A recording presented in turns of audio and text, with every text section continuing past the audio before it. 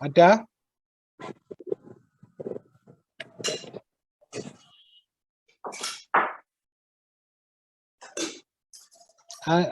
Anjelir?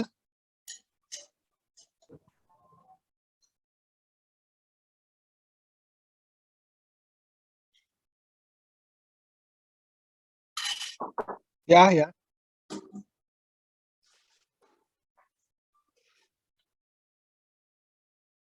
Ultimate design. Ultimate teori.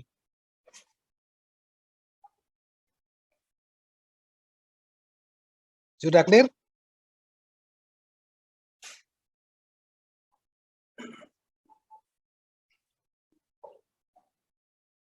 Baik, ada yang lain? Silakan ditanyakan.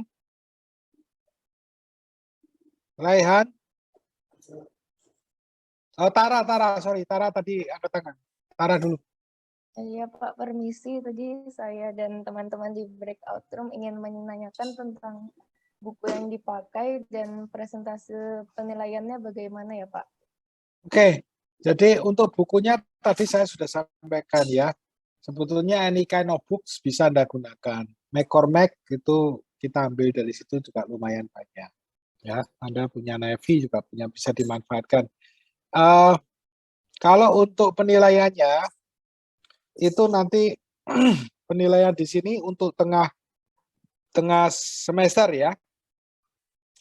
Tengah semester berarti saya akan memberikan materi, nanti ada tugas gitu ya. Tugas kemudian ada UTS, betul ya? Atau ETS, evaluasi tengah semester. Jadi presentasinya bagaimana? Ya, tugas mestinya presentasinya lebih kecil daripada ujian, betul enggak? Ya. Tugas tentunya akan ada. Nanti tugasnya belum saya sampaikan dulu, tapi nanti akan ada satu tugas. Kalau ditanya presentasinya berapa ya? Kalau kita ambil 25% untuk masing-masing balance, ya mestinya 30 lawan 20 ya. Atau 35 lawan 15, misalnya seperti itu. Ya. Tetapi nanti kita akan pertimbangkan lah situasinya supaya bisa agak menguntungkan. Ya. Menguntungkan mahasiswa loh ya. Sudah jelas, Tara?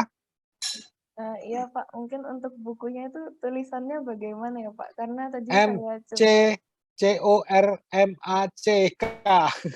McCormack. Coba cari McCormack ya. Ya, silakan Nanda. Baik, terima kasih. Ya, Tara. Nanda kenapa? Nah, tadi saya dan kelompok di breakout room saya ini memiliki pertanyaan mungkin apakah aplikasi yang biasa digunakan di mata kuliah analisa struktur sebelumnya seperti SAP 2000 akan digunakan kembali Pak di mata kuliah ini Pak? Anda dapat analisis struktur seperti SAP di perkuliahan apa? Pemodelan dan analisa struktur Pak. Modelan analisa struktur. Secara prinsip nggak sampai sejauh itu ya. Nggak sampai sejauh itu. Nanti untuk pemakaian SAP itu sebetulnya lebih banyak pada waktu Anda mengerjakan tugas perancangan bangunan beton itu loh ya. Perancangan bangunan tahan gempa. Nah, di situ baru mulai. Tapi kalau yang perkuliahan saya terutama tidak menggunakan program seperti itu. Clear sampai di sini? Sudah Pak, terima kasih Pak. Ya. Kalaupun ada kasus lentur segala macam, Anda hitung pakai mekanika teknik aja sederhana bisa. Ya, ilmunya yang dulu pernah diberikan mekanika statis tertentu, ya kan, itu bisa dimanfaatkan. Jelas sampai di sini ya. Oke, ada yang lain? Nah, ini menunjukkan bahwa ketika Anda berkumpul, maka akan ada banyak ide. Apakah itu tambah banyak pertanyaan atau lebih memahami. Sampai di sini jelas. Tapi akan lebih ada dampak positifnya kalau Anda berkumpul dengan teman Anda. Setuju nggak? Jadi kalau saya berikan kasus ke Anda satu kasus, Anda ngerjakan sendiri dengan ngerjakan bareng, itu masih lebih bagus ngerjakan bareng. Setuju? Nah, itu yang kita maksud dengan konsep TBL. Jadi TBL adalah konsep team based learning. Jadi bekerja kelompok itu lebih baik daripada bekerja secara mandiri. Tetapi itu sudah dipelajari di Singapura dan lain sebagainya dan dimanfaatkan. Di tempat kita hati-hati, kadang-kadang pemanfaatnya tidak pada tempatnya, jadi yang satunya tambah males gitu ya. Satunya satu orang itu paling mengerjakan semuanya, yang satunya tambah males-malesan. Nah, ini yang perlu dihindari ya. Jadi dalam TBL ini diharapkan kalau ada tugas kelompok segala macam, Anda semua bekerja, ngerti enggak maksudnya? Anda semua memberikan kontribusi, ya, masukan. Pertanyaan termasuk kontribusi nggak? Pertanyaan juga termasuk kontribusi. Berarti yang tanya ini kan pengen tahu. Halo? Yang tanya ini pengen tahu. Jadi itu termasuk kontribusi. Jadi kalau Anda dalam satu kelompok nggak ngerti itu bukan berarti salah. Enggak. Itu berarti Anda perlu tanya dengan teman Anda supaya saya sampaikan, teman Anda belum tentu juga ngerti. Gitu ya. Belum tentu yang satu kumpul ini selalu ada yang ngerti juga belum tentu. Tetapi paling tidak ide antar ide ini bersinggungan dan kemudian muncul mungkin gesekan atau diskusi gitu ya, diskusi antar teman yang nantinya bisa membawa kepada cara pandang yang sedikit berbeda, bahkan solusi kalau memang ada teman Anda yang menemukan ini itu bisa di-sharing. Sampai di sini jelas. Jadi TBL merupakan bagian pembelajaran yang cukup menarik, ya, perlu diterapkan. Ada pertanyaan lagi? Silakan kalau ada yang ingin ditanyakan. Kalau nggak ada yang tanya, saya ganti tanya loh nanti. Nyoman aja lah, Nyoman. Ada Nyoman? Nyoman? Ya, Pak. Nyoman, menurut Anda, Ya. beton itu bagaimana, Nyoman? Beton saja loh tanpa tulangan. Menurut Anda gimana? Aku tarik apa, Pak? Aku tarik. Gimana? Beton gimana menurut Anda? Nggak kuat tarik, Pak. Karena nggak ada tulangan. Tidak kuat menahan tarik. Ya, Pak. Tapi kuat menahan? Kuat menahan tekan. Kuat menahan tekan. Oke. Kira-kira material yang mirip itu material apa? Nyoman.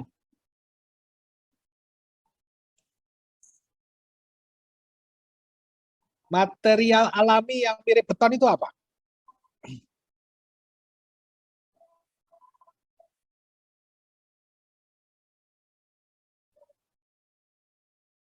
Safira coba.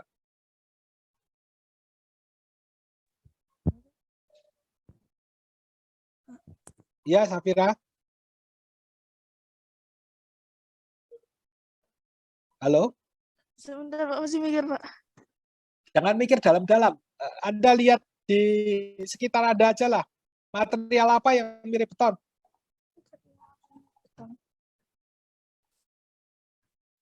Batu. Nggak usah berat-berat, batu.